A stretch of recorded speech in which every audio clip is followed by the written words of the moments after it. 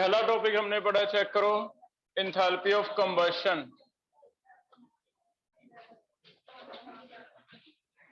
Combustion में 1 मोल अगर completely burn करता है इन एक्सेस ऑफ ऑक्सीजन, तो जितनी भी हीट निकलती है उसे क्या कहते हैं? Enthalpy of combustion. Complete supply का मतलब होता है कि कार्बन है तो CO2 बनना चाहिए, CO नहीं बनना चाहिए। H2 है तो वाटर बनना चाहिए, N2 है तो NO बनना चाहिए।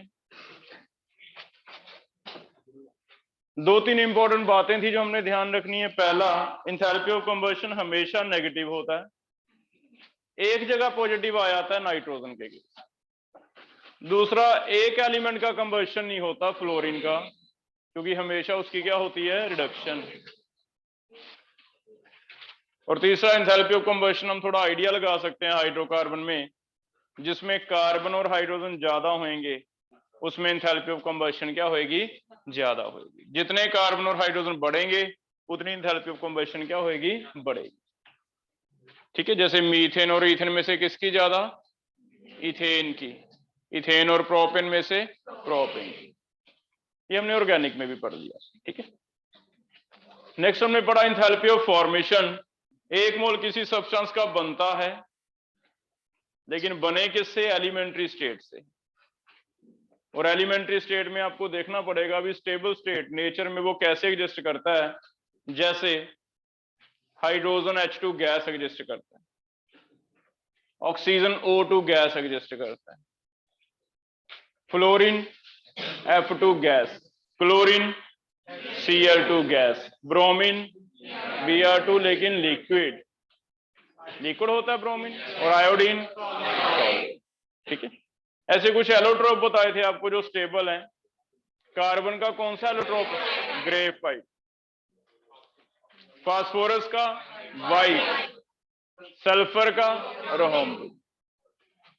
और इनके बारे में एक खास बात ये थी कि इनका डेल्टा एच आप 0 मानते हैं। जितने भी स्टेबल स्टेट हैं उनका एंथैल्पी ऑफ फॉर्मेशन क्या माना जाता है? 0। ठीक है, एक इसका सिग्निफिकेंस पड़ा है कि enthalpy of formation negative positive दोनों हो सकती हैं। नेगेटिव वालों को एक्सोथर्मिक कंपाउंड कहते हैं, पॉजिटिव वालों को एंडोथर्मिक। कौन से ज्यादा स्टेबल होते हैं? Exothermic are more stable, endothermic are less stable.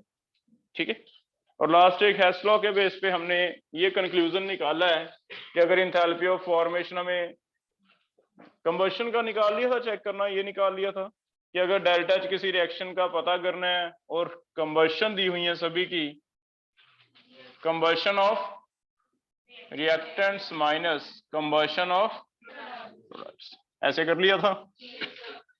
जैसे मान लो कोई 2A + 3B it gives 2C + 3D, ऐसा कोई रिएक्शन है और हमें सभी का कंबशन गिवन है। मान लो कंबशन ऑफ A गिवन है, B गिवन है, C गिवन है, D गिवन है। ये है, मान लेते हैं A B X Y, सभी का कंबशन गिवन है। तो बताओ इसका कैसे लिखोगे डेल्टा एच?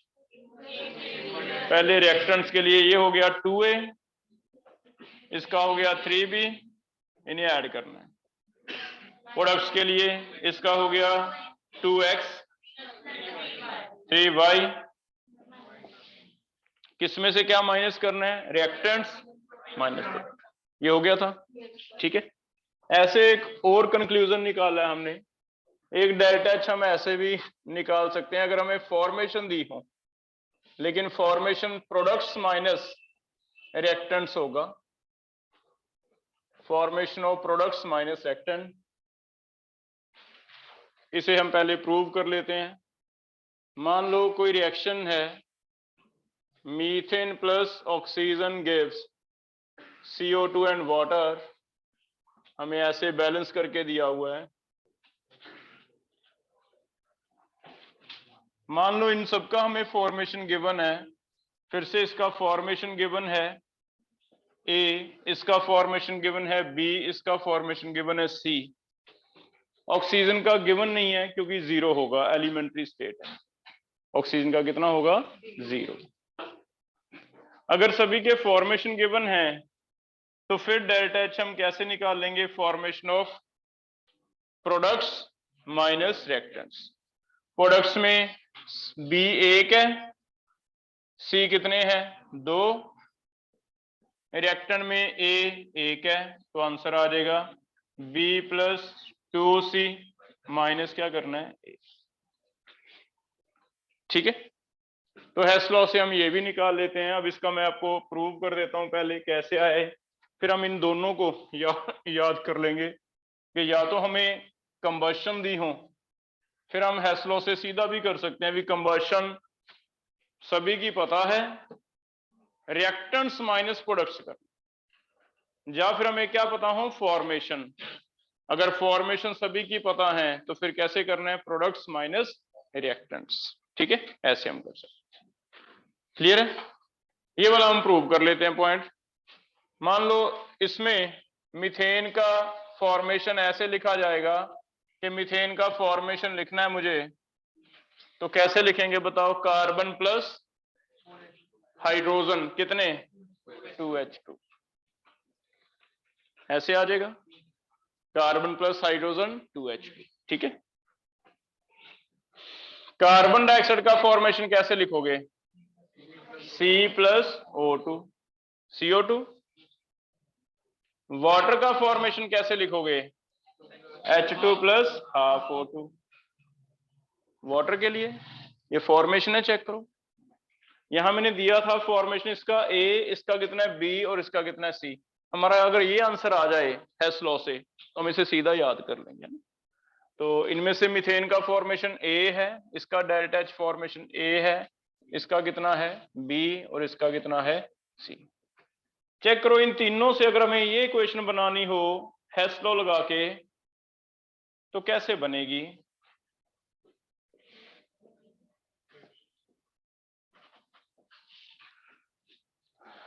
मीथेन ये रहा, सेम साइड पे या ऑपोजिट साइड पे? ऑपोजिट साइड पे, तो माइनस करेंगे इसे।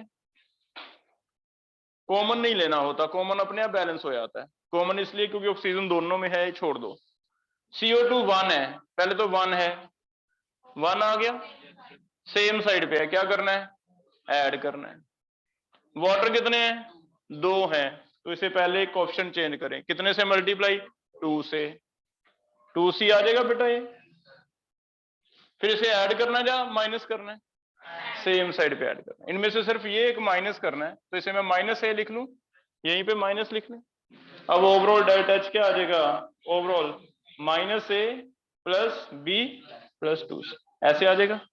क्या ये सेम है? चेक करो, सेम आ गया। इसका मतलब हम ये अपना टाइम थोड़ा सेव कर सकते हैं, हमारी एनर्जी बच जाएगी अगर हम सीधा याद कर लें। भी अगर फॉर्मेशन पता ही है सबके तो फिर सीधा कर लो, फॉर्मेशन ऑफ प्रोडक्ट अलग से ऐड कर लो, फॉर्मेशन ऑफ रिएक्टेंट अलग से ऐड कर लो, प्रोडक्ट्स में से क्या माइनस कर दो?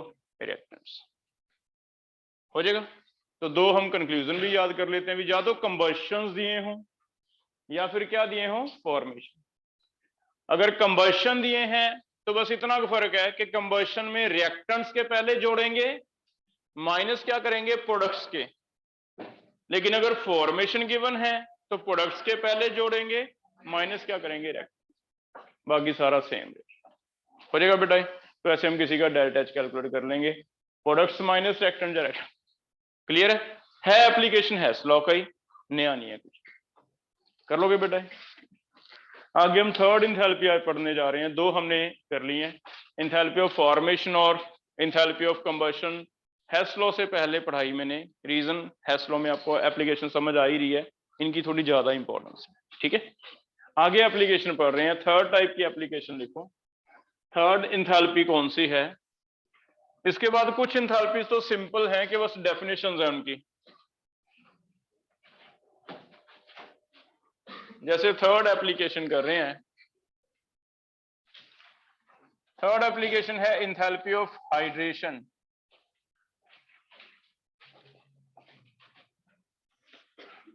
यहां जो एनसीईआरटी में हाइड्रेशन लिखा है थर्मोडायनेमिक्स में, एक तो हम हाइड्रेशन एनर्जी वैसे बोलते थे भी कोई भी आयन पानी में गया, पानी में घुला तो एक एनर्जी रिलीज हुई जिसे कहते थे हाइड्रेशन।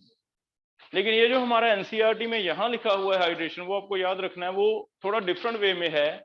यहाँ ये इस रिएक्शन को हाइड्रेशन कह रहा है कि अगर कोई अनहाइड्रस सॉल्ट है, अनहाइड्रस, तो कुछ सॉल्ट हमें पता है भी हाइड्रेटेड वाटर लगा के एग्जिस्ट करते हैं। जैसे कॉपर सल्फेट की एक नेचर है कि अगर अनहाइड्रस कॉपर सल्फेट एयर में छोड़ दें तो वो एयर में से अपने आप मॉइस्चर एब्जॉर्ब करेगा। मॉइस्चर में 2 नहीं, 3 नहीं, 4 नहीं, कितने, 5 वाटर ही एब्जॉर्ब करेगा और क्या बनेगा, कॉपर सल्फेट पेंटाहाइड्रेट। अब ये रिएक्शन जो है इसे हाइड्रेशन कहा जाता है। ये सॉलिड है, सॉलिड ही रहेगा, पानी में घोलना नहीं है। पानी में घोलना अलग तरह की हाइड्रेशन है, वो आयनिक उसमें यूज होता है। तो कुछ ऐसे सोल्ट हैं जिन्हें हम कहते थे, आप अभी एस ब्लॉक पढ़ के आए हो, हाइग्रोस्कोपिक या डीलिक्विसेंस। हाइग्रोस्कोपिक जो पानी लेके सॉलिड से सॉलिड ही रहते हैं, उनके लिए ये टॉपिक है। अगर anhydrous salt required number of water लेके हाइड्रेटेड बन जाए तो उसमें भी हीट चेंज होगा। यस, उसमें भी हीट चेंज होगा, और वो अगर 1 मोल के लिए कैलकुलेट किया जाए, जितना भी हीट चेंज होगा उसे आप एक नाम दे सकते हो, that heat is known as enthalpy of hydration. पानी में नहीं डालना, अपने आप यहां हम सॉलिड डाल, ये वाले सॉल्ट फिर ऐसे होते हैं कि इन्हें आप एयर टाइट कंटेनर में रखते हो।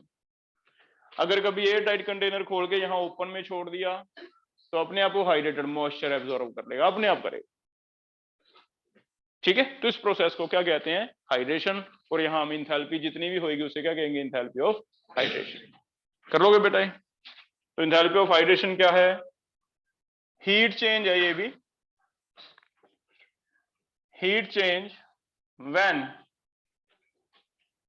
1 mole of anhydrous salt, word use करेंगे, anhydrous salt absorb required number of water, जितने उसे चाहिए वो अपने आप, सबकी नेचर है। जैसे कॉपर सल्फेट में 5 ही वाटर लगते हैं, और हमने इसमें आगे हाइड्रोजन चैप्टर में ये एनसीईआरटी में पढ़ा भी था, भी इनमें से 4 लगते हैं कोऑर्डिनेट बॉन्ड, एक होता है एच बॉन्ड। ये भी क्वेश्चन बन जाता था ना, 5 ही लगते हैं, 6 नहीं लगेंगे कभी, तो इसका फिक्स्ड है अमाउंट। तो अनहाइड्रस सॉल्ट एब्जॉर्ब, ये वर्ड लिखना जरूरी है। फिर required number of water from atmosphere, तुम्हें नहीं देने, अपने आप वो एब्जॉर्ब करेगा फ्रॉम एटमॉस्फेयर। इसमें जो हीट चेंज होगा उसे क्या कहते हैं, एंथैल्पी ऑफ हाइड्रेशन। कर लोगे? बात समझ आ गई? बताओ जिप्सम किसे आता है, जिप्सम का फॉर्मूला, जिप्सम 2 वाटर होते हैं। तो अगर मैं कैल्शियम सल्फेट अनहाइड्रस ले लूं, कभी ना कभी उसे मॉइस्चर जब एब्जॉर्ब करेगा तो मैक्सिमम कितने करेगा, 2। तो वो कैल्शियम सल्फेट से अगर 2 वाटर बना लेता है डाईहाइड्रेट, तो उसे जिप्सम कहते हैं। उसमें जितनी भी हीट चेंज होगी उसे मैं उसकी जिप्सम की क्या कह दूंगा, एंथैल्पी ऑफ हाइड्रेशन। अभी हम वॉशिंग सोडा पढ़ के आए हैं, सोडियम कार्बोनेट 10 वाटर ले लेता था, याद है? तो वॉशिंग सोडा बनता था सोडियम कार्बोनेट 10 वाटर, रहे सॉलिड ही। खास बात यह है, पानी में नहीं डालना, रहे सॉलिड ही। इसमें जितनी भी हीट चेंज होएगी, यस, उसे आप क्या कह सकते हो, एंथैल्पी ऑफ हाइड्रेशन। तो एंथैल्पी ऑफ हाइड्रेशन कर लोगे बेटा? तो सिंपल टॉपिक है, लेकिन यहाँ थर्मोडायनेमिक्स का हाइड्रेशन अलग है थोड़ा, जो केमिकल बॉन्डिंग में हमने पढ़ा वो अलग है ना? क्लियर है बच्चे?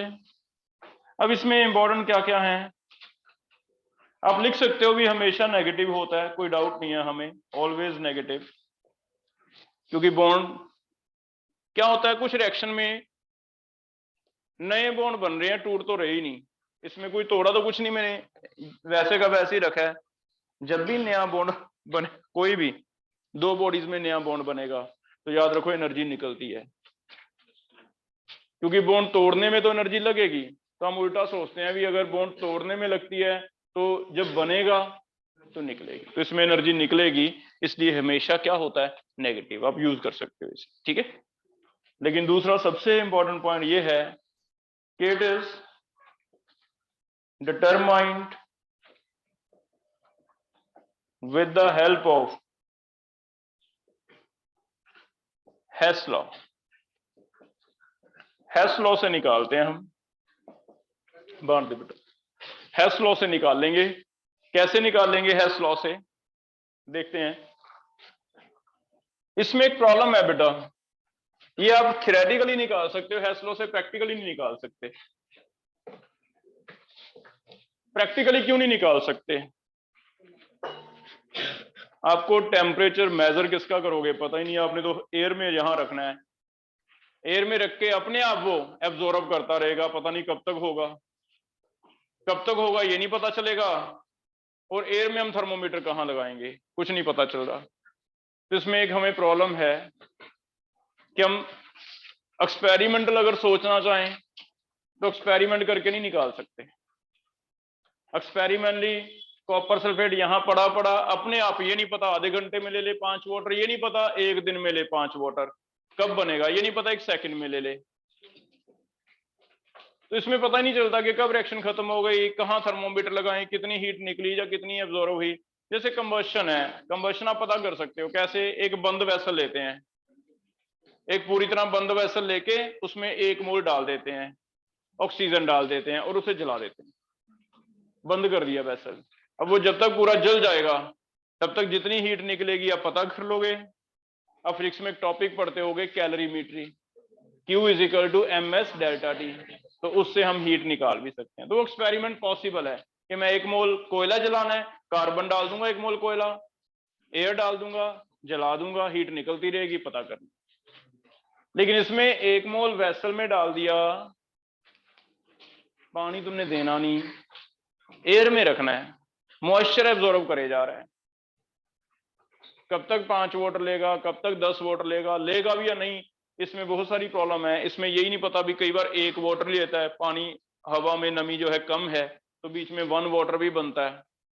याद है आपको, इसे हम सोडा ऐश कहते थे, सॉरी 1 वाटर वाला भी बनता था, 4 वाटर वाला भी बनता है, 6 वाला भी बनता है, 10 वाला भी बनता है। हमें क्या पता अभी 4 वाला बना, 6 वाला बना, 10 वाला बना, पता ही नहीं हमें। तो क्या देख के पता चल जाएगा? कुछ देख के तो नहीं पता चल रहा। तो इसमें एक बड़ी प्रॉब्लम ये है कि पता ही नहीं कि 10 कब लिए, 8 लिए अभी तक या 6 लिए हैं, वो एयर में मॉइस्चर कंटेंट कितना है उससे पता चलेगा। तो कई बार ये पता करना मुश्किल हो जाता है, अभी 8 लगे या 6 लगे हमें पता ही नहीं। तो ऐसे केस में हम हेस लॉ यूज करते हैं। कैसे निकाला जाता है हेस लॉ से? मान लो कॉपर सल्फेट और कॉपर सल्फेट, पहले कॉपर सल्फेट एक्वस बना लिया। कॉपर सल्फेट एक्वस बनाना, एंथैल्पी कितनी चेंज होएगी हम निकाल सकते हैं, ये कैलकुलेट कर सकते हैं, क्योंकि कॉपर सल्फेट पाउडर निकाला, 1 मोल लिया, पानी में डालना है। पानी में डालना मुश्किल नहीं है, एयर में से मॉइस्चर मुझे नहीं पता कब लेगा कब नहीं, मैं उसे पानी में डाल के घोल तो सकता ही हूं। तो मैंने पानी में डाला 1 मोल, यहां पानी उठा लिया, मान लो 1 लीटर पानी लेके कॉपर सल्फेट डाल दिया, घुल गया, जो हीट निकली वो तो मैं पता कर लूंगा। कॉपर सल्फेट एक्वस बनाना मुझे आता है, उसकी हीट कितनी है पता कर लूंगा। अब मैंने क्या किया, कॉपर सल्फेट वैसे वाइट कलर का होता है, आपको पहले भी ये शायद बताया मैंने, व्हाइट। और जो 5 वाटर वाला है वो कौन से कलर का होता है? ब्लू कलर का। अब मैंने क्या किया, कॉपर सल्फेट चाइना डिश में निकाल के 1 मोल में आज छोड़ गया, सुबह आके चेक करूंगा, वो सुबह सारा ब्लू कलर हो गया। सफिशिएंट टाइम है, 5 वाटर ले लेगा। 5 वाटर ले लिए, हमें पता चल गया अभी कॉपर सल्फेट क्या बन गया, हाइड्रेटेड बन गया, ये ब्लू कलर का था। अब मैंने सुबह आके उठाया 1 मोल, पानी में तो मैं डाल सकता हूं ना, वो तो एक्सपेरिमेंट में खड़े खड़े कर सकता हूं। मैंने इसे ब्लू वाले कॉपर सल्फेट को पानी में डाला 1 मोल, फिर से हिलाया, थर्मोमीटर लगाया, Q = ms T, पता चल गया कितनी हीट निकली। तो इस पूरी रिएक्शन में कितनी हीट निकली है वो भी मुझे पता है। ये अगर मैं डेल्टा H1 ले लूं तो ये क्या है, डेल्टा H2 है। ये दोनों तो पता है। क्या इसमें एक्सपेरिमेंट करने में कोई तकलीफ होएगी हमें? पानी में डाल के आपके सामने खड़े खड़े हो जाएगा। मॉइस्चर वाला नहीं पता कि आधा घंटा या 2 घंटे या 3 घंटे कितना वेट करना है ना। ये दोनों पता चल गई। हेस लॉ क्या कहता है?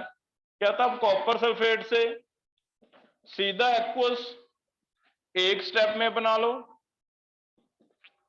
या फिर 2 स्टेप में बनाओ। पहले से 5 वाटर दे दो, फिर जो और वाटर रह गए बाद में दे दो, 2 स्टेप में चल जाओ। मान लो 100 वाटर लेता है ये, 100 में से 5 पहले ले लिए, 95 बाद में ले लिए, 2 स्टेप में कर दो। क्या कहीं हेस्लो हमने ऐसे कोई डेफिनेशन पढ़ी है भी टोटल डेल्टा एच सेम ही रहेगा, चाहे 1 स्टेप में करो, चाहे 2 में करो, चाहे 3 में करो? तो हमारा इमेजिनेशन है, अभी हम इसे ऐसे भी कर सकते। इसमें क्या होगा, अगर ये ओवरऑल का डेल्टा एच 1 है, यहां वाला डेल्टा एच 2 है और ये डेल्टा एच 3 है, तो क्या कोई रिलेशन बता सकता है मुझे? Delta H 1 is equal to delta H 2 plus delta H 3, ये आ जाएगा। इनमें से चेक करो कौन से 2 हैं जो हमने एक्सपेरिमेंटली पता कर रखे हैं। 1 कर सकते थे हम, ये भी कर सकते हैं, यहां से ये बना, हमें नहीं पता कब बनेगा, लेकिन हम पता कर सकते हैं कि हीट चेंज कितनी होएगी, क्योंकि energy can neither be created not destroyed. तो इससे हम डेल्टा एच 3 निकाल लेंगे और ऐसे ही हमें क्वेश्चन आएगा, ट्राइंगल बना के दी जाएगी। हमारा मेन क्वेश्चन इसमें ये रहेगा। चेक करो क्या ऐसे कर लोगे? ठीक है, हो जाएगा बेटा, ये समझ आ गया। तो हाइड्रेशन में थोड़ी ये वो प्रॉब्लम बता रहा है अपनी कि एक्सपेरिमेंटल निकालना थोड़ा मुश्किल है। रीजन, आप नहीं दे रहे 5 वाटर, या तो मेरे पास होता ना कि 5 वाटर का मतलब 80 × 5, मैं कहता भी 90 ग्राम पानी डालना है, मैं डाल देता हूँ 90 ग्राम। रिएक्टेंट तो डालो ना, फ्री मैं तो रिएक्शन करवाऊंगा, मैं 90 ग्राम डाल देता, या तो ऐसे होता, लेकिन ऐसे हो नहीं रहा, वो तो सोल्यूशन बन जाता है। एयर में से एब्जॉर्ब करना है, अब उसे मैं कैसे मेजर करूं, कितने टाइम में होगा, कब नहीं, कहाँ मैं थर्मोमीटर लगाऊं, नहीं पता चल रहा ना। ओपन एयर में रखना है, बंद वेसल में तो हम कर सकते हैं हीट चेंज कितना है, ओपन में कैसे करेंगे? पूरे एटमॉस्फेयर का कैसे मेजर करेंगे भी कितना हीट चेंज होगा? तो फिर इसे कैसे सोल्यूशन पता चल गया कैसे किया हमने। हम जो कर सकते हैं वो निकाल लिए। मैं इसे पानी में घोल के चेक कर सकता हूँ, इसे पानी में घोल के चेक कर सकता हूँ, 2 में चेक कर सकता हूँ।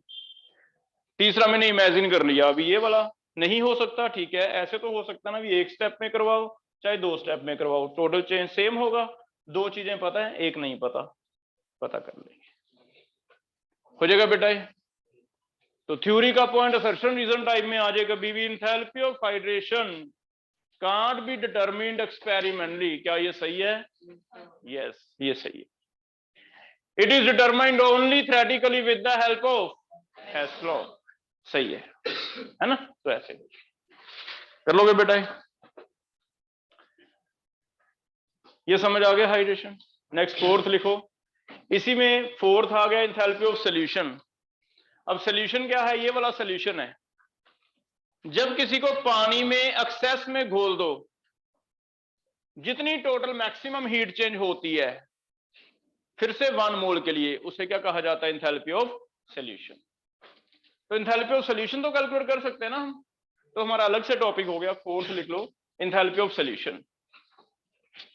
Enthalpy of solution is when 1 mole of a substance is dissolved in excess of water, in excess of water, bracket में लिखो कब तक? in excess of water till there is no further heat change, in excess of water till there is no further heat change, bracket बंद।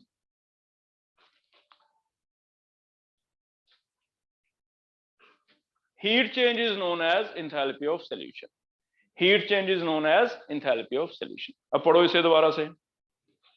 1 मोल घोलना है पानी में, shake करना है अच्छी तरह, जितनी हीट चेंज होएगी उसे क्या कहते हैं? Enthalpy of solution. लेकिन कब तक, कितने पानी में? तुम मेरे से पूछोगे सर कितने लीटर लें, तो मैं कहूंगा बेटा ऐसा कुछ नहीं है, तुम पानी उसमें तब तक डालते जाना जब तक तुम्हारा थर्मोमीटर की रीडिंग कांस्टेंट नहीं हो जाती। जब तुम्हारे थर्मोमीटर की रीडिंग कांस्टेंट हो गई और पानी डालने से कोई फर्क नहीं पड़ रहा, तब बंद कर दो। मान लो पहले मैंने 100 मोल में डाला, फिर 100 से 200 किया, उसमें टेम्परेचर चेंज हो गया, फिर मैं और 100 डालूंगा, 300 कर दूंगा, टेम्परेचर फिर से हिल गया थर्मोमीटर का, फिर 400 किया, अब नहीं हिला, 500 किया, नहीं हिला, सेम रह गया, अब बंद कर दो। इट मीन जितनी हीट चेंज होनी थी, टेम्परेचर ने जितना चेंज होना था थर्मोमीटर ने दिखा दिया, डेल्टा टी निकल गया, डेल्टा टी निकल गया, क्यू निकल जाएगी, Q is equal to M S delta T. तो वो जो हीट है उसे क्या कहते हैं? Enthalpy of solution. ये बात समझ आई? कोई फिक्स नहीं है 1 लीटर, कोई फिक्स नहीं है 100 ml एक्सेस, तब तक डालना है जब तक कांस्टेंट नहीं आया था। हो जाएगा बेटा? इट मींस अब यही क्वेश्चन मैं तुम्हें ऐसे दूंगा न्यूमेरिकली, मैं तुम्हें कहूंगा भी enthalpy of solution of anhydrous copper sulphate is this much, वो डेल्टा एच 1 हो गई, and enthalpy of solution of copper sulphate pentahydrate is this much, वो क्या होगी? Delta H 2। और मैं तुम्हें पूछूंगा calculate enthalpy of hydration of copper sulphate, तो तुम समझोगे क्या बता रहा हूं मैं? तुम समझोगे भी ये वाली रिएक्शन की बता दी हमें डेल्टा एच 1, यहां से यहां तक बता दी डेल्टा एच 2, क्या नहीं बताई? यहां से 5 वाटर लेना, ये नहीं बताई। तो हम ऐसे अपनी ट्राइंगल बनाएंगे, न्यूमेरिकल समझ आ गया कैसे होगा? ट्राइंगल बनाएंगे, ये वाला हिस्सा नहीं पता, उसे लिख देंगे भी delta H 1 is equal to delta H 2 plus delta H 3, इससे निकाल देंगे, हो जाएगा। तो इंथैल्पी ऑफ सॉल्यूशन अलग से चाहे ना आए, लेकिन इसी टॉपिक से रिलेटेड हो गया, इसी में पूछेगा तुम्हें कि एक enthalpy of solution anhydrous salt की देगा, एक enthalpy of solution hydrated salt की देगा, और यहां से यहां तक जाते हुए कितनी हीट चेंज होगी वो हमें निकालना होगा, उसे हम क्या कहेंगे? Enthalpy of hydration. कर लोगे बेटा? क्लियर है यहां तक? ये टॉपिक हो गया। नेक्स्ट टॉपिक लिखो। नेक्स्ट है फिफ्थ आ गई enthalpy, enthalpy of phase transition, sorry allotropic modification, पहले ये पढ़ रहे हैं, enthalpy of allotropic modification. Allotropic modification क्या बेटा इस चीज से भी फर्क पड़ता था तुम्हारे कंबशन में कि कार्बन तुम ग्रेफाइट लेते हो या डायमंड लेते हो, क्या इससे डिफरेंट होता था? बताओ कंबशन किसे कहते हैं? सॉरी, जब कार्बन डाइऑक्साइड का फॉर्मेशन बनाना है, कार्बन डाइऑक्साइड का फॉर्मेशन, तो क्या कोई रूल है भी कार्बन ग्रेफाइट लें या डायमंड लें? कौन सा लें? इसका मतलब दोनों का डेल्टा एच अलग अलग ही होगा, ग्रेफाइट का अलग होगा, डायमंड का अलग होगा, ये चीज है। इसका मतलब आपकी जो इंथैल्पीज हैं ये इस पे भी डिपेंड करती हैं भी एलोट्रोप कौन सा है। अगर एलोट्रोप कौन सा है, इसका मतलब एक एलोट्रोप से दूसरे एलोट्रोप में चेंज करने में भी हीट चेंज कुछ ना कुछ होगा। जैसे ग्रेफाइट है, इससे डायमंड बनता है, तो इसमें भी कुछ ना कुछ हीट चेंज हुआ होगा। ये जो हीट चेंज है, जब एक एलोट्रोप 1 मोल दूसरे में चेंज होता है, तो इस हीट चेंज को क्या कहा जाता है? Allotropic modification. ग्रेफाइट से डायमंड बने, इसे क्या कहेंगे? Allotropic modification. और ये भी इजी नहीं है निकालना, एक्सपेरिमेंट करना इजी नहीं है। सोचो कौन है जो कहता मैं ग्रेफाइट को डायमंड में कन्वर्ट कर दूंगा? आता तुम्हें करना? मुझे आ जाए फिर तो मैं पढ़ाना छोड़ दूं। फिर तो पेंसिलें इकट्ठी करें, क्या बनाते जाएं? Diamond. It means may not be possible, in some cases may be possible, but in some cases may not be possible. हो सकता है हो जाए, हो सकता है ना हो, मैं ऐसा नहीं लिखवा रहा कि नहीं होगा, एक्सपेरिमेंट पहले में था वो आपको बताते हैं। ग्रेफाइट से डायमंड तो तुम नहीं बता सकते, बना नहीं सकते, लेकिन हाँ तुम इसकी डेल्टा एच जरूर निकाल सकते हो। कैसे? देखो हेस लॉ लगाएंगे हम। अगर मैं ये करूं, ग्रेफाइट को जला दूं, क्या बनेगी? इसमें डेल्टा एच निकलेगी, डेल्टा एच 1। और अगर मैं, चलो मैं नहीं तो तुम करो, डायमंड को जला दो, इतना दिल है तो है नहीं, है ना? चलो डेल्टा एच 2। अब तुम बताओ इन दोनों से ये कैसे बनेगा? किसी तरह बन सकता है? ये वाला सेम साइड पे है, ये वाला क्या जा रहा है? उल्टी साइड पे। तो अगर मैं इसे माइनस कर दूं, चेक कर लेते हैं, अगर इसे माइनस कर दें तो ऑक्सीजन ऑक्सीजन कट गया, ये कट गया, ये माइनस का इधर जाके क्या हो जाएगा? प्लस का बन गया। इट मीन ये भी ज्यादा इजी किससे हो जाएगा? हेस लॉ से। ये भी ज्यादा इजी किससे हो जाएगा? हेस लॉ से। तो हम एलोट्रोपिक मॉडिफिकेशन भी हेस लॉ की मदद से बहुत इजीली निकाल लेंगे। सभी को जलाना तो इजी है, बर्न करना है, ऑक्सीजन डाल के जला दो। कितनी हीट निकलेगी? डब्बे के अंदर बंद है, थर्मोमीटर ने हीट चेंज दिखा दिया, निकाल दी हीट। ये भी पता है, ये भी पता है। हेस लॉ लगाओ तो हम थ्योरेटिकली इसे बहुत इजीली निकाल सकते हैं with the help of Hess law. तो इसे क्या कहते हैं? Allotropic modification. हो जाएगा बेटा? राइट डाउन डेफिनेशन क्या बना? Heat change when heat change when 1 mole of 1 allotrope of an element is converted to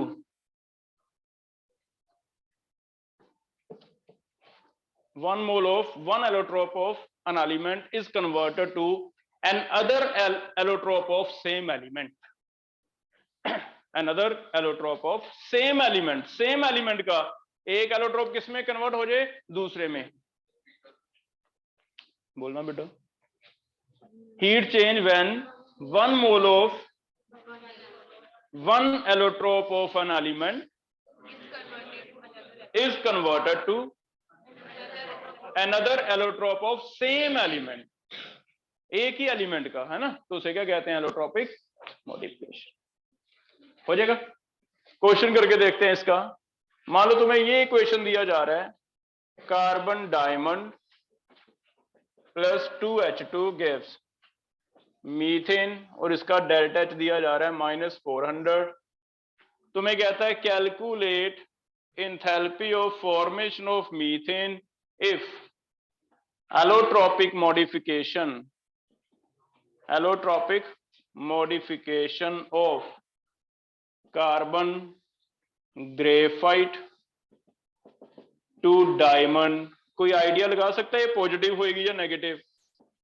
diamond की एनर्जी ज्यादा है या ग्रेफाइट की एनर्जी ज्यादा है? तो प्रोडक्ट की एनर्जी ज्यादा है, तो ये एनर्जी लेगा तभी ये बनेगा, तो डेल्टा एच क्या होगा?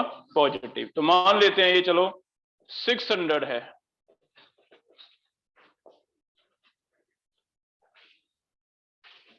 ठीक है? ये थ्योरी के क्वेश्चन बता रहा हूं तुम्हें, बीच बीच में तुम देखते जाओ, भी कहीं लिखा नहीं, एनसीईआरटी में नहीं लिखा पॉजिटिव है नेगेटिव, तुम खुद सोचना है थोड़ा सा। भी डायमंड तो कम स्टेबल था, ग्रेफाइट ज्यादा स्टेबल था, इट मींस ग्रेफाइट की एनर्जी कम है, ज्यादा स्टेबल, डायमंड की एनर्जी ज्यादा है। अगर कम से ज्यादा जाना है तो आपको यहां नीचे से ऊपर जाना है, तो एनर्जी लेनी पड़ेगी, तो हीट एब्जॉर्ब होगी, डेल्टा एच।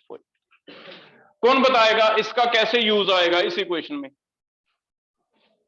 इस फॉर्मेशन में कहां गलती है? इस फॉर्मेशन में क्या चीज गलत लिखा हुआ है बताओ? डायमंड गलत लिखा हुआ है, डायमंड नहीं होना चाहिए। अगर मैं मीथेन की फॉर्मेशन लिखूंगा तो मैं 2 एलिमेंट लूंगा, कार्बन एंड हाइड्रोजन, ठीक है? हाइड्रोजन गैस लेंगे, 2 लेंगे, लेकिन कार्बन क्या लेंगे? ग्रेफाइट लेंगे। तो आप सोचो भी ये मुझे चाहिए, ये दिया हुआ, ये नहीं चाहिए। एलोट्रोपिक मॉडिफिकेशन तुम यूज करो, कैसे करोगे? हेस्लो क्या लिखूं? एक इक्वेशन और लिख दूं? एक इक्वेशन ये 1 नंबर लिख दी, 2 नंबर इसे बताओ कैसे लिखूं? ग्रेफाइट से डायमंड, ग्रेफाइट टू डायमंड, जो लिख के देगा वैसे लिखना है। इसका डेल्टा कितना है? 600। सोचो कौन बताएगा 1 और 2 से 3 कैसे बनेगी? मुझे डायमंड नहीं चाहिए, ग्रेफाइट चाहिए। मैं चाहता हूं डायमंड कट जाए किसी तरह, ऐड कर दें। अगर हम ऐड कर दें तो डायमंड चेक करो, लेफ्ट साइड पे है, ये डायमंड क्या है? राइट साइड पे। कट जाएगा? बोलो कट जाएगा कि नहीं? कट जाएगा। तो हमें पता चल गया भी इन्हें ऐड कर देते हैं। अगर इन्हें ऐड कर दें तो ये कट जाएगा, मुझे ये चाहिए भी नहीं। ग्रेफाइट प्लस हाइड्रोजन बन जाएगा इक्वेशन। तो बताओ थर्ड कैसे बनी है? ऐड करके बनी है, कोएफिशिएंट तो सेम ही है। तो हमने 2 स्टेप किए थे कल। 2 स्टेप क्या थे? पहला कोएफिशिएंट चेंज कर लो, वो जरूरत नहीं पड़ी, कोएफिशिएंट सेम है। फिर हमने देखा भी ऐड करना जरूरी है, क्योंकि मुझे ग्रेफाइट रिप्लेस करना है, डायमंड नहीं चाहिए। और अगर मैं ऐड करूंगा जो ऑपोजिट साइड के वो क्या हो जाते हैं? कटे। हो जाएगा बेटा ये? तो आपका आंसर देखो कितना आ गया। 1 का है -400, ये है 600, कितना आ गया? प्लस का 200 आ गया। ठीक है? तो हमें ऐसे हेस्लो यूज करेंगे। ये बीच बीच में तुम्हें बता रहा हूं कि इतना तुम्हें सोचना पड़ेगा भी हमें जो चाहिए इक्वेशन है वो कैसे बनेगी, ऐड करें या सब्ट्रैक्ट करें, वो हमें आइडिया लगाना। हो जाएगा ऐसे? तो ऐसे ये काम आया। कर लोगे बेटा? ये भी समझ आ गया? लास्ट एक और पढ़ रहे हैं आज। नेक्स्ट लिखो 6 नंबर आ गया, enthalpy of hydrogenation. Enthalpy of hydrogenation, ये वर्ड इंथैल्पी ऑफ हाइड्रोजिनेशन कहीं आया था हाइपर कंजुगेशन, तो किसको याद आ रहा है किसकी हाइड्रोजन ज्यादा है किसकी? कोई स्टेबिलिटी से लिंक था, इनवर्सली था। तो फिर वहां सोचो भी वहां क्या ऐसे था भी कोई अनसैचुरेटेड कंपाउंड लेते थे डबल बॉन्ड वाला, उसमें क्या डालते थे हाइड्रोजन, क्या बन जाता था? सैचुरेटेड, यही होता था। अब हमने इसे थ्योरी में लिख देना भी 1 मोल अनसैचुरेटेड हाइड्रोजन से रिएक्ट करके क्या बनाए? सैचुरेटेड। जितनी भी हीट चेंज होएगी उसे क्या कह देंगे? Enthalpy of hydrogen. ठीक है, तो सिर्फ एक डेफिनेशन अलग है, पढ़ा हमने हुआ। लिखो एंथैल्पी ऑफ हाइड्रोजनेशन, हाइड्रोजन से रिएक्शन करवाना, enthalpy of hydrogen.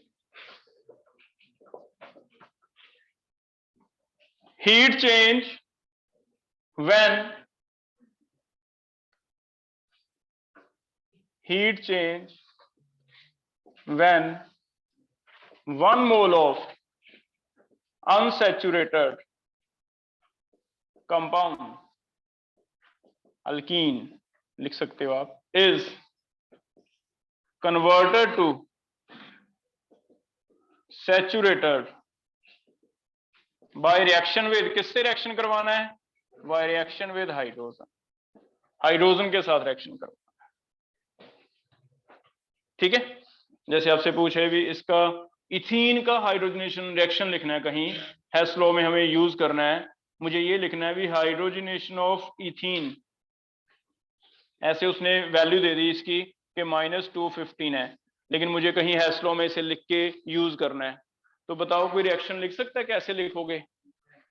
Ethene, ethene का फॉर्मूला याद हो गया? अब C2H4 होता है, C2H4 प्लस H2 बने क्या?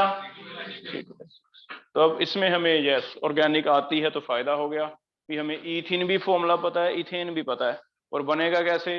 4H से 6H कैसे होंगे? 2H ले लेगा, इथीन से क्या बन जाएगा? इथेन। इस रिएक्शन में जितना भी हीट चेंज दिया हुआ है उसे हाइड्रोजन कहेंगे, मींस ये आ गया हमारा। अब इसे कहीं प्लस माइनस करके कोई और इक्वेशन बनाना हो तो हम बना पाए, है ना? कर लोगे बेटा ये? तो ये हाइड्रोजन हो जाएगा अभी। ये हमें थोड़ा सा इसके बारे में इंपॉर्टेंट, हम ऑर्गेनिक में पढ़ाए, क्या था? एंथैल्पी ऑफ हाइड्रोजनेशन कहीं स्टेबिलिटी से लिंक था, इनवर्सली प्रोपोर्शनल टू स्टेबिलिटी। इसके जो ऑर्गेनिक में क्वेश्चन पढ़े हैं भी हाइड्रोजनेशन और स्टेबिलिटी में उल्टा था। अगर ये स्टेबल हो गया फिर तो रिएक्ट नहीं करेगा, अगर ये स्टेबल हो गया फिर तो रिएक्ट नहीं करेगा, हीट कहां से निकलेगी? अगर ये अनस्टेबल हो गया तो रिएक्ट जल्दी करेगा, जल्दी रिएक्ट करेगा तो हीट जल्दी निकलेगी। तो फिर जितना कम स्टेबल उतना ज्यादा अच्छा होता है रिएक्शन अगर करवानी हो। रिएक्टेंट कम स्टेबल होना चाहिए, रिएक्शन हो जाएगी, प्रोडक्ट ज्यादा स्टेबल होना चाहिए, रिएक्शन हो जाएगी। कई बार हम इसमें कंफ्यूज हो जाते हैं भी सर इसमें स्टेबिलिटी तुम कम कह रहे हो, इसमें ज्यादा। ध्यान रखना, रिएक्टेंट कम स्टेबल हो तो रिएक्शन ज्यादा अच्छा होता है, लेकिन प्रोडक्ट ज्यादा स्टेबल बने तो रिएक्शन क्या होता है? ज्यादा अच्छा होता है। तो ऐसा नहीं कि स्टेबिलिटी हमेशा एक ही चीज चले। कर लोगे? हो जाएगा बेटा ये भी क्लियर है यहां तक? इसके बाद अगर कोई और इंथैल्पी आती है, एक हम पढ़ेंगे न्यूट्रलाइजेशन, वो पूरा टॉपिक है, वो कल स्टार्ट करेंगे। इसके बाद कोई भी नेम देके बोलता है, आपने बस वो डेफिनेशन लिख देने भी, हाँ अगर ये 1 मोल इसमें कन्वर्ट होता है तो उसे क्या कहते हैं। जैसे लैटिस इंथैल्पी हमने पढ़ी रखी है, इंथैल्पी ऑफ आयनाइजेशन पढ़ी रखी है, इंथैल्पी इलेक्ट्रॉन की इंथैल्पी पढ़ी रखी है ना, कुछ एक पढ़ रखी है। तो कुछ भी और बोलता है हम उसके बेस पे लिखते जाएंगे, हो जाएगा। 5 फेज चेंजेस पढ़ ली हमने बेटा, 5 ये पढ़ ली, 10 होगी इंथैल्पीज। इसके बाद अगर कोई और लिखता है तो जैसे डेफिनेशन लिख दो, 1 मोल के लिए ऐसे होता तो ऐसे। एक न्यूट्रलाइजेशन फिर से इंपॉर्टेंट है, उस पर एक लेक्चर पूरा लगेगा, वो हम कर। अभी आपको एक अभी शीट मिली है सेकंड वाली, उसमें हेस लॉ के कुछ क्वेश्चन है, हम इसे और अप्लाई करना सीख रहे हैं। हेस लॉ के देखो बीच बीच में रैंडम कर रहे हैं क्वेश्चन, जिसमें हेस लॉ के क्वेश्चन है सारे। 22 क्वेश्चन वाला शीट अभी कर रहे हैं, 22 वाला। इनमें से कुछ क्वेश्चन जो मुझे लग रहा है अभी तुम्हें परेशान कर सकते हैं वो कर रहे हैं हम। जैसे पहले सिंपल वाला करते हैं, 4th क्वेश्चन। फोर्थ क्वेश्चन सारे रीड करें और चेक करोगे इसमें हैश लॉ कैसे लगेगा, किसे कितने से मल्टीप्लाई करें, अपना अपना करो, जिससे मैं पूछूंगा मुझे वो बताएगा। फोर्थ क्वेश्चन कर रहे हैं पहले।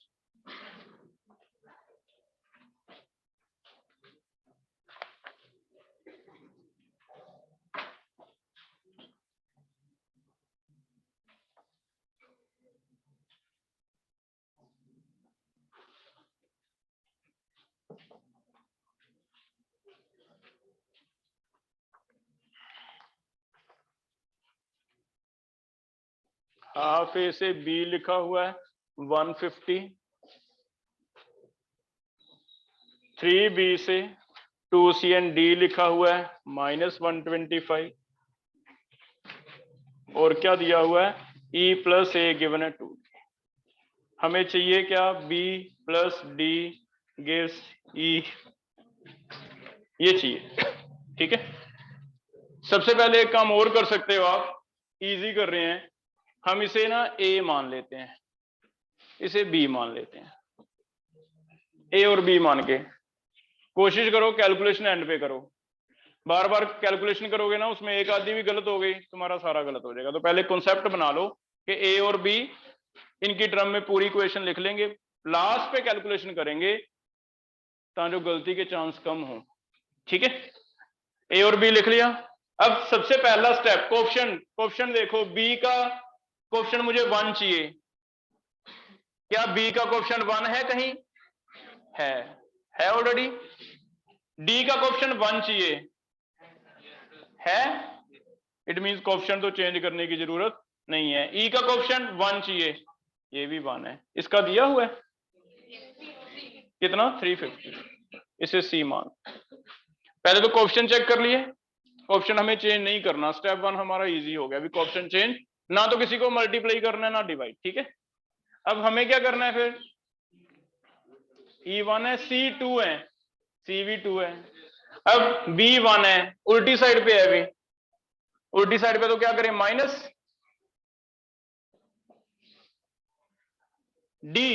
D सेम साइड पे है, प्लस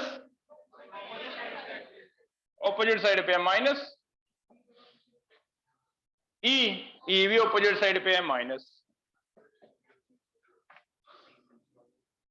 कर।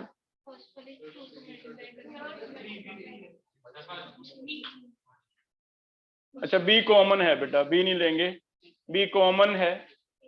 A में चेक करना, A हमारा कैंसिल होना चाहिए, ये हाफ है ये 1 है ना, तो क्या करें, मल्टीप्लाई बाय 2 कर लो, ये 2b हो जाएगा, दोबारा लिख लो A से 2b।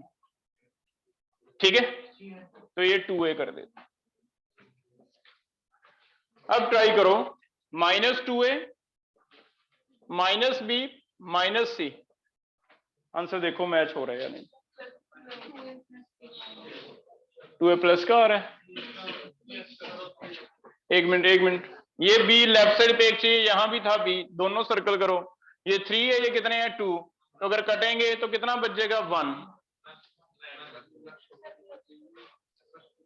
बना के देखते हैं, पहले हम क्या कर रहे हैं, हमें B1 चाहिए, D1 चाहिए, E1 चाहिए, पहले 1 और 2 को ऐड कर दें, 1 हो गया A से 2b, 2 हो गया 3b से 2c प्लस d। हम इन्हें ऐड कर रहे हैं, अभी ऐड करने से हमारा इक्वेशन बन गया 1 + 2 से 2b रह गया 1 plus a 2c plus d, ये बन गया, ये 1 + 2 हो गया। फिर थर्ड लिख लिया, e plus a gives 2d। इसमें क्या करना पड़ेगा, हमें चाहिए e उल्टी साइड पे चाहिए, माइनस करना है, माइनस माइनस माइनस, अगर माइनस कर दें b ये कट गया, -c, इधर क्या रह गया 2c, d प्लस का है -d, ये रह गया, माइनस चेंज कर दो, b plus d 2c plus, check करो ऐसे बने। अब ये 3 क्या किया हमने, माइनस किया, इट मींस ओवरऑल ये कर रहे हैं कि 1 + 2 -3, लेकिन 1 में मैंने पहले डबल कर दिया था, 2 × a plus b -c, value भरते हैं 2 × 150 प्लस -125 माइनस प्लस 350। चेक करना आंसर आ रहा है या नहीं? बी आ रहा है -175। हो जाएगा बेटा ये? तो 4 सर्कल कर लो। इट मींस हमेशा इतना सिंपल नहीं होगा कि इसे मल्टीप्लाई कर दें, थोड़ा देखना पड़ेगा आपको कैसे कैसे करना है। इसमें क्या प्रॉब्लम थी कि बी दोनों में था, तो मैं दोनों में ओवरऑल देखना पड़ेगा। अब इधर 3 कर लें, इधर 2 कर दें। 3 और 2 अगर 1 चाहिए तो हम ऐड कर देंगे। इधर 3 है, इधर 2 है, ऐड करेंगे। तो पहले इन दोनों को ऐड करेंगे, फिर ये वाला माइनस करेंगे, ऐसे बने। हो जाएगा? नेक्स्ट ट्राई करो। फिफ्थ कोई पढ़ के मुझे वैसे बता दो, जिसको समझ आ गया घर पे कर लेना। वैसे मुझे बता दो कैसे करोगे, simple I think. Heat of, इसका रिएक्शन का हीट चाहिए, लेकिन अब सभी की फॉर्मेशन गिवन है। अगर सभी की फॉर्मेशन गिवन है, चेक करना कोई सीधा सीधा फॉर्मूला है। Formation of products minus reactants लिख लो। इसमें फॉर्मूला लग जाएगा फिफ्थ में, formation of products minus reactants. Product में चेक करो, CO2 का गिवन है, प्लस सल्फर डाइऑक्साइड का डबल करेंगे, ये भी गिवन है, माइनस किसका चाहिए? CS2 का। CS2 का भी गिवन है 170। हो जाएगा? O2 चाहिए नहीं क्योंकि 0 हो, तो इसमें सीधा फॉर्मूला लग जाएगा आपका formation of products minus formation of reactants. ठीक है? ऐसे 6 में भी सीधा फॉर्मूला आ सकता है, चेक करना। Heat of formation of acetylene चाहिए। थर्ड इक्वेशन में एसिटाइलिन पड़ा है, इसका ओवरऑल डेल्टा एच पता है। जो एसिटाइलिन का डेल्टा एच लिखा हुआ है, चेक करो क्या ये ऐसे लिखा जाएगा? Formation of products minus formation of reactants, ऐसे लिखा जाएगा? लिखो, कैसे लिखोगे? जो डेल्टा एच दिया हुआ में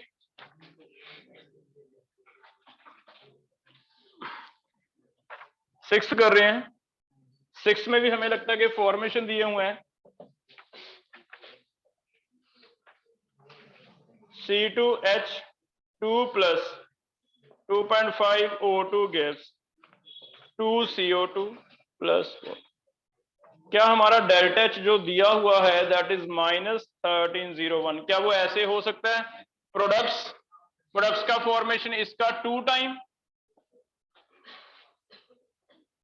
वाटर के लिए कितना? 1 टाइम, माइनस रिएक्टेंट के लिए C2H2 प्लस 2.5 O2 की लिखने की जरूरत नहीं है ना, क्योंकि एलिमेंट्री है। ये बन जाएगा ऐसे। चेक करो, ये पता है। अगर आपको इनमें से ये निकालना है, कैलकुलेट करना है, अगर कहीं रिएक्शनों में ये आपको दिख रहा है तो हम इसकी वैल्यू भर देंगे। चेक करना, कार्बन डाइऑक्साइड का फॉर्मेशन कोई बता सकता है मुझे? कितना? 787 या 787/2? चेक करो, बाय 2, क्योंकि एक कार्बन डाइऑक्साइड चाहिए ना मुझे, तो पहले मुझे पता चल गया अभी एक कार्बन डाइऑक्साइड चाहिए, तो कितना हो जाएगा? 2 × 2 कार्बन डाइऑक्साइड दिया हुआ है 787, 2 तो चाहिए नहीं। फॉर्मेशन का मतलब कितने मोल बने? 1, तो -787/2 प्लस वाटर 1 चाहिए, क्या 1 दिया? -286 माइनस ये x मान ले, x निकाल दोगे, चेक करो हो जाएगा। इसे लिख लो, इतना सॉल्व घर पे करना, कैलकुलेटर साथ में रखना, नहीं तो गलती होएगी आपसे, है ना? साथ में रखने का मतलब पहले आप करके देखो हाथ से, नहीं मैच हो तो आंसर तो कैलकुलेटर से करके देखो, है ना? अब प्लस माइनस में गलती है बेटा, तो वो तो फिर हमें एक बार तो ऐसे ही करना पड़ेगा, क्योंकि कितने क्वेश्चन करने हैं, टेस्ट में तो एक आएगा हार्डली, तब तो हो जाएगी कैलकुलेशन। अभी करते हुए 40 क्वेश्चन करने हैं, तो बेटर है कि आप अभी कॉन्सेप्ट सीख लो एक बार कि किसे प्लस करना है किसे माइनस, हमारा ये ब्रेन वर्क चलने लग जाए। कैलकुलेशन एक न्यूमेरिकल सही हो जाता है, जब दूसरा तीसरा पांचवी कैलकुलेशन करोगे तो गलती होनी स्टार्ट हुई, तो इसलिए बेटर है अभी आप कैलकुलेटर यूज कर लो, कॉन्सेप्ट पे ज्यादा ध्यान दे लो, भी किसे ऐड करना है किसे 2 से मल्टी, वो चीजें सीख लें। ओवरऑल टेस्ट में एक क्वेश्चन आएगा जब होएगा केमिस्ट्री का, है ना, तब हम कर लेंगे। आगे देखो, तो ये टिक कर लो, 4th हो गया, 5th हो गया, 6th हो गया, है ना, ये हो गए हमारे। 7th कोई सीधा मुझे आंसर बता सकता है? कंबशन गिवन है, कार्बन एंड कार्बन मोनोऑक्साइड का कंबशन गिवन है, और आपको कहता है फॉर्मेशन ऑफ सीओ। कोई मुझे सीओ की फॉर्मेशन का इक्वेशन लिखवाए, सीओ बनाना है 1 मोल, कैसे कैसे बनेगा? C प्लस हाफ, ये चाहिए, है ना, ये चाहिए। इसका जो डेल्टा एच है, मान लो आपको कंबशन दी हो रिएक्टेंट्स की और प्रोडक्ट्स की, ये तो ऑक्सीजन की तो कंबशन होएगी नहीं। अगर आपको कंबशन दी हो रिएक्टेंट्स की और प्रोडक्ट्स की, तो क्या हम ऐसे लिखते हैं, combustion of reactants minus combustion of products. Check करना क्या है, दिए हुए हैं आपको, चेक करो कितने कितने हैं। कार्बन का -390 है, -390, ये कितना है, माइनस करके देखना आंसर सही मैच हो रहा है। इट मीन ये जो दो फॉर्मूले हैं, देखो कितने काम आ रहे हैं हमारे। दो फॉर्मूले कौन से? एक तो सीधा सीधा अगर फॉर्मेशंस गिवन हो सबकी, तो delta H is equal to formation of products minus formation of reactants. अगर कंबशंस गिवन हो सभी की, तो रिएक्टेंट्स माइनस प्रोडक्ट्स, सीधा हो, ठीक है। कभी ये माइंड में ना आए तो तुम रिएक्शनें लिखते जाओ, जैसे पहला लिखा था कंबशन ऑफ कार्बन, फिर कंबशन ऑफ सीओ लिख लो, ये लिख लो, तीसरा तुम्हें हैश फ्लो लगाना है, भी ऐड करें या सब, वो तो कर ही लेंगे फिर हम, है ना, हो जाएगा ये। नेक्स्ट 9th करते हैं, हाइड्रोजनेशन आज ही पढ़ा है हमने। Heat of hydrogenation of, correction करना बेटा 9th में last line, the heat of hydrogenation of cyclohexene लिख दिया गलती से, साइक्लोहेक्सिन इन की होगी ना हाइड्रोजनेशन, तो साइक्लोहेक्सिन किसे आता है? ऑर्गेनिक में क्या पढ़ा है हमने, कैसा फॉर्मूला होगा? बना लोगे साइक्लोहेक्सिन? फॉर्मूला बताओ मुझे, C6 कितने, H12, लिखो C6H12।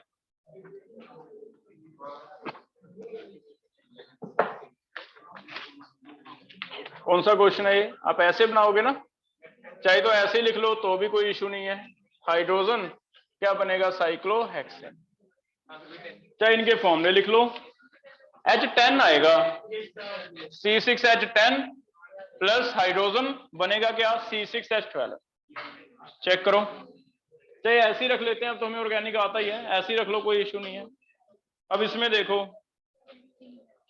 हमें क्या कुछ पता है, कंबशन देखो पढ़ो, कंबशन गिवन है अभी, इसके नीचे कंबशन देखो सभी की गिवन है, इसके नीचे कितनी गिवन है बताओ, इसके नीचे क्या लिखें,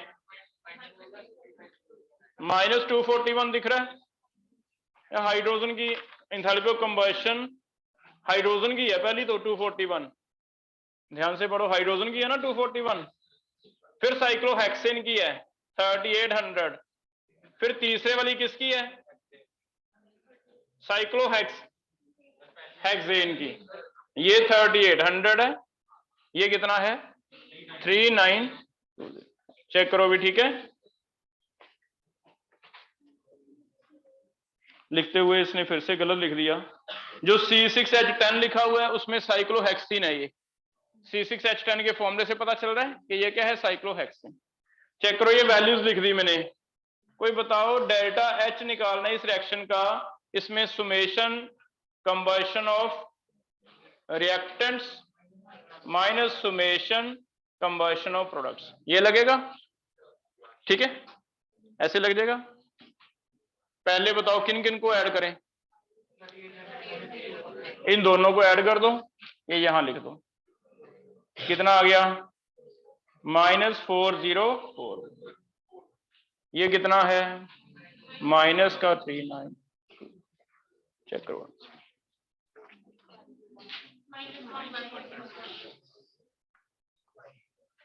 हो जाएगा बेटा ये भी। तो ये हमारा सीधा फॉर्मूला लग रहा है, कई जगह फॉर्मेशन वाला लग गया, कई जगह क्या लग गया, कंबशन वाला, लिख लो, इसे भी हो जाएगा।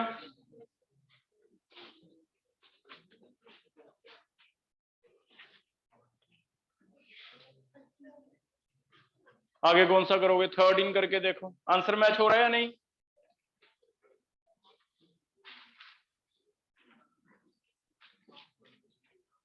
ए दिया हुआ आंसर ए आ रहा है बेटा इसका, ये वाला आ रहा है। आगे देखो,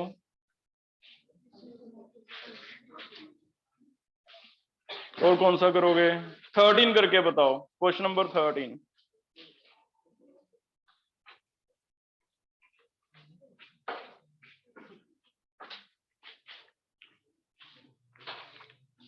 अलग अलग रिएक्शनें लिखो, देखो कैसे बनेगा इक्वेशन 13।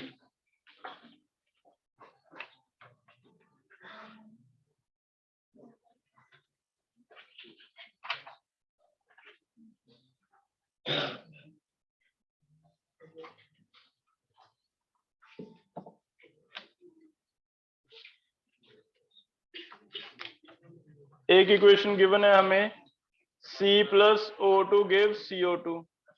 दूसरा इक्वेशन गिवन है CO plus half O2 CO2। Formation of CO बनाना है। फॉर्मेशन ऑफ CO कैसे लिखें? CO बने C प्लस हाफ। चेक करो, ये गिवन है, इसे A मान लें, इसे एक बार B मान लें, ये पता करना है। बताओ ये इक्वेशन कैसे बनेगी? ये उल्टी साइड पे चला गया, ये सेम साइड पे है, A माइनस B हो जाएगा। तो delta H3 is equal to A minus B। अब A की वैल्यू चेक करो, माइनस x है, B की वैल्यू माइनस y है, x हो जाएगा। 13 भी हो जाएगा आपका। 15 करके बताओ, 15 कैसे होगा? फिर से हाइड्रोजनेशन है, हाइड्रोजनेशन ऑफ इथीन करो, इसे भी हाइड्रोजनेशन ऑफ इथीन। कैसे लिखें reaction? Ethene C2H4 plus H2 gives, combustion given है, इनके नीचे लिखते जाओ कितनी कितनी गिवन है। पहले C2H4 का है माइनस 1409, C2H4 का यहां लिख दें माइनस 1409.5, ठीक है। हाइड्रोजन के लिए देखो, माइनस 285 वाला हाइड्रोजन का आएगा। बस ऐसे क्वेश्चन में इतना की होता है देखना आपने कि आगे पीछे सीक्वेंस क्या है। लिखते हुए हम सीधा पढ़े जा रहे हैं भी इसका इसका इसका, लेकिन उसने हाइड्रोजन का एंड पे दिया हुआ है ना, तो पढ़ते हुए ध्यान रखना ऑर्डर क्या है। तीसरा किसका दिया हुआ है? ये है 1558.3, ये दिए, ठीक है। कंबशन के लिए रिएक्टेंट माइनस प्रोडक्ट करना है या प्रोडक्ट माइनस रिएक्टेंट? तो रिएक्टेंट्स मीन ये वाले दोनों ऐड करने हैं पहले, ये वाला माइनस करना है, ठीक है। तो रिएक्टेंट्स करो पहले, फिर प्रोडक्ट्स। चेक करो आंसर सही आ रहा है, हो जाएगा मतलब ये भी।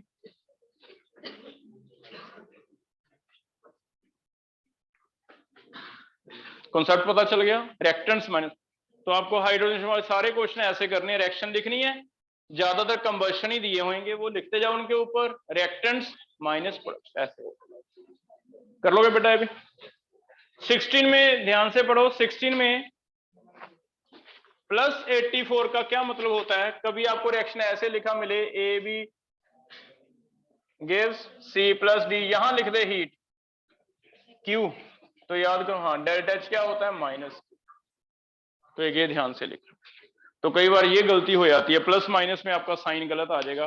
तो यहाँ यही किया उसने, डेल्टा एच नहीं लिखा, सीधा रिएक्शन देखना। 16 में पहला रिएक्शन लिखा उसने, zinc plus half oxygen ZNO, सीधा लिख दिया प्लस 84। तो फिर क्या करोगे इसे? माइनस डेल्टा एच अलग से लिख लो, डेल्टा एच इज माइनस 84,000। ऐसे दूसरे का डेल्टा एच भी क्या हो जाएगा? माइनस। फिर से हीट ऑफ रिएक्शन पूछा जा रहा है, निकालो कितना।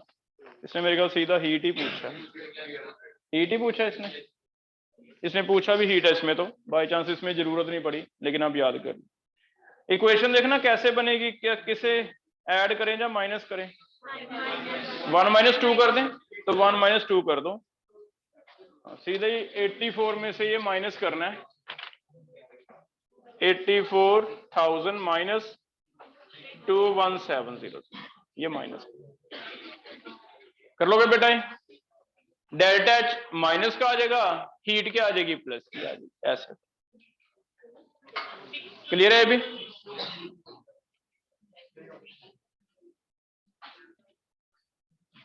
डी दे रहा है, आ रहा है डी। 18 करके देखो, 18।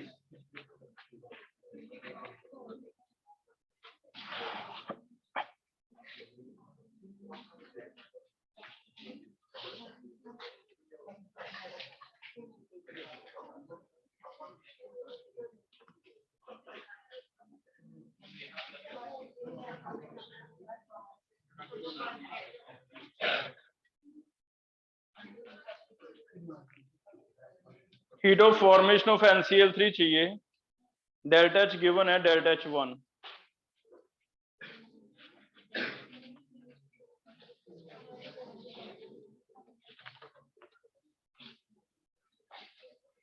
क्या लगता है कोई सीधा फॉर्मूला लग सकता है फॉर्मेशन वाला?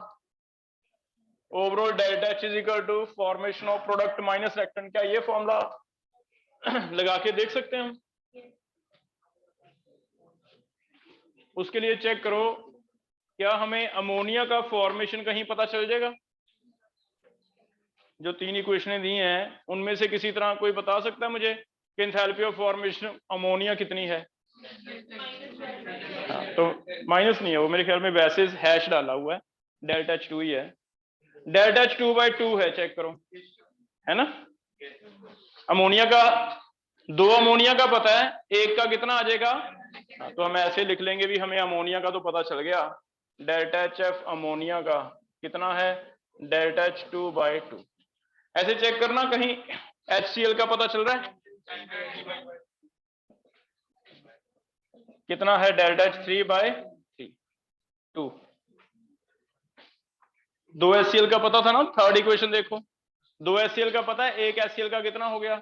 डिवाइड हो गया। 2 चीजें पता है।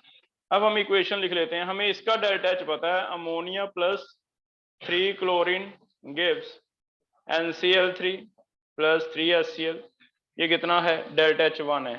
तो delta H 1 is equal to formation of products minus reactants, formation of products, product में NCl3 का x मान लेते हैं, इसका पता है 3 इंटू डेल्टा एच 3/2, इसका 0 होगा, अमोनिया का पता है डेल्टा एच 2/2, तो फॉर्मेशन ऑफ प्रोडक्ट्स भर रहे हैं पहले, x plus 3 into delta H 3/2, ठीक हो गया, माइनस रिएक्टेंट्स, रिएक्टेंट्स में अमोनिया का कितना है? Delta H 2/2। चेक करना क्या किसी तरह x निकल जाएगा, x निकालना है, x is equal to minus है, फिर डेल्टा एच 1, आंसर ये आ रहा है ना? चेक करो आंसर सही आ रहा है नहीं, इसका मतलब ये माइनस का ही है, ये वाला डेल्टा एच हैश नहीं है, माइनस का है। और कौन सा माइनस का है? डेल्टा एच 2, तो एक तो यहां माइनस लगा दो, माइनस का ही है, सिंबल में कंफ्यूज किया हुआ है। चेक करो अब, ये आ जाएगा,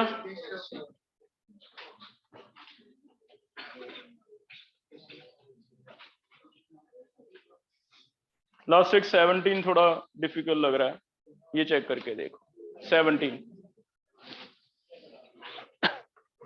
इन्हें घर पे जाके खुद प्रैक्टिस करना बेटा, मेरा करवाने का पर्पज यही है कि पहले आपको मुश्किल लगेंगे, नहीं तो थोड़े से मैंने करवा दिए, इनको दोबारा करके देख लेना एक बार, ठीक है? 17 करके देखो,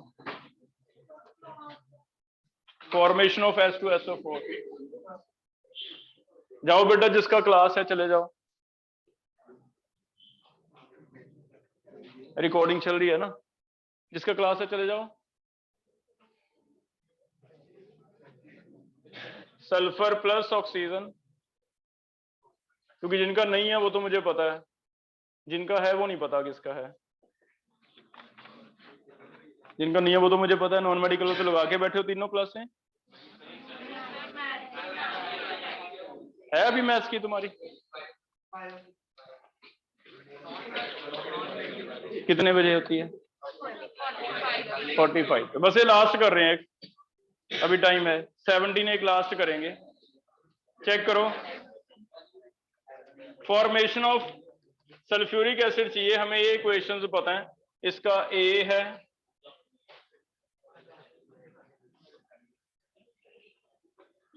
देखो सेकंड क्वेश्चन, सेकंड इक्वेशन गलत दी हुई है,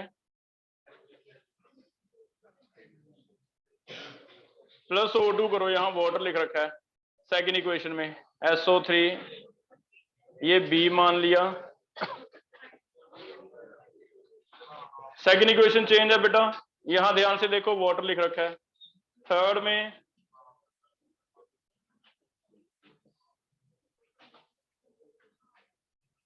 ये सी है,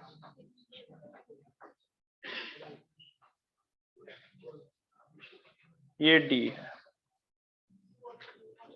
फॉर्मेशन ऑफ H2SO4, इसका फॉर्मेशन चाहिए। अब इसका फॉर्मेशन निकाल सकते हो अगर तुम्हें कभी इसका पता चल जाए और इसका पता चल जाए। इसका फॉर्मेशन वाटर का चेक कर लो, कहीं पता है? ये पता है डी, इसका तो पता है। ये SO3 का, क्या इसे मैं फॉर्मेशन कह सकता हूं? सल्फर डाइऑक्साइड से बन रहा है ये, तो किससे बनना चाहिए था सल्फर ट्राइऑक्साइड को? सल्फर से। इट मींस हमें ये वाली इक्वेशन चाहिए होगी, सल्फर ट्राइऑक्साइड अगर बनाना है तो ऐसे बनाओ, एक सल्फर 3 इसे मैं फॉर्मेशन कह सकता हूं किसका? SO3 का। ये वाला इन दोनों से चेक करो किसी तरह बन सकता है ये वाला इक्वेशन? कैसे बनेगा? ऐड करके, अगर इन्हें ऐड कर दें ये कैंसिल हो गया, बन जाएगा। इट मींस पहले ये ऐड कर देते हैं A एंड B, तो यहाँ कितना आ गया? A plus B। अब देखो सबका पता है हमें, ये पता है A प्लस B, ये वाला पता है D, ये पता करना है ओवरऑल क्या है C। तो C is equal to formation of products, product कितने हैं पता करना है। सल्फ्यूरिक एसिड का माइनस रिएक्टेंट्स, रिएक्टेंट्स के कितने आ गए? A plus B plus D, ठीक है। तो फॉर्मेशन ऑफ सल्फ्यूरिक एसिड कितना आ गया? इधर जाके प्लस हो जाएगा, C plus A plus B plus D हो जाएगा। ये बोल दो एक बार, C चेक करो, आपको दिख रहा है कितना है C? किसे C मानना है हमने? -130 वाले को। तो C कितना? थर्ड इक्वेशन को C मानना था। C है माइनस का 130, B कितना है? 98.7, ये कितना है? -290, और लास्ट ये कितना है? भर दोगे वैल्यूज, तो नेगेटिव यहाँ वैल्यू भर गया, हो जाएगा। कर लोगे बेटा? कैलकुलेशन फिर से मैं कह रहा हूँ, लास्ट वाला स्टेप कोशिश करो कैलकुलेटर से कर लो अभी, हाँ, जो हमें एरर ना आए, जल्दी हो। ठीक है, ठीक है, इतना करके आओ, आगे हम कल पर।